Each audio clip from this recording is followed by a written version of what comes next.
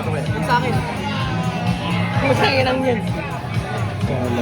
Sabi na naman, tawag pagkakin naman yan.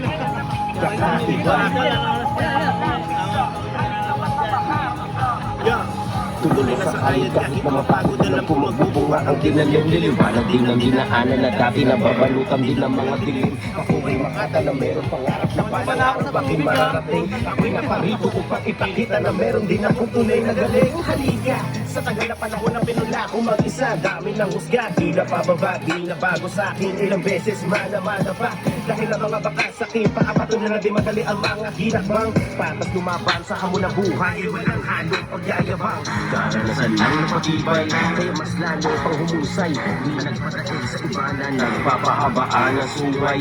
Ako ay ako, at di ko ikukumpara ang sarili sa iba. Ako ay ako, at di ako titigil hanggang sa maging maharlika. Yaman ko ang kulturang natutunan na hiligan. Kahit anong gawing pag-iwas, di na mapigilan. Huminto man sa larangan, kusang binabalikan. Ito na yata sa buhay ko ang siyang kapalaran. Mga guhit na naukit sa papel kong di mapunit. Kaya mo ba to? Makaduwit, makasabit, makulado sa larangan. Kaya mo ako?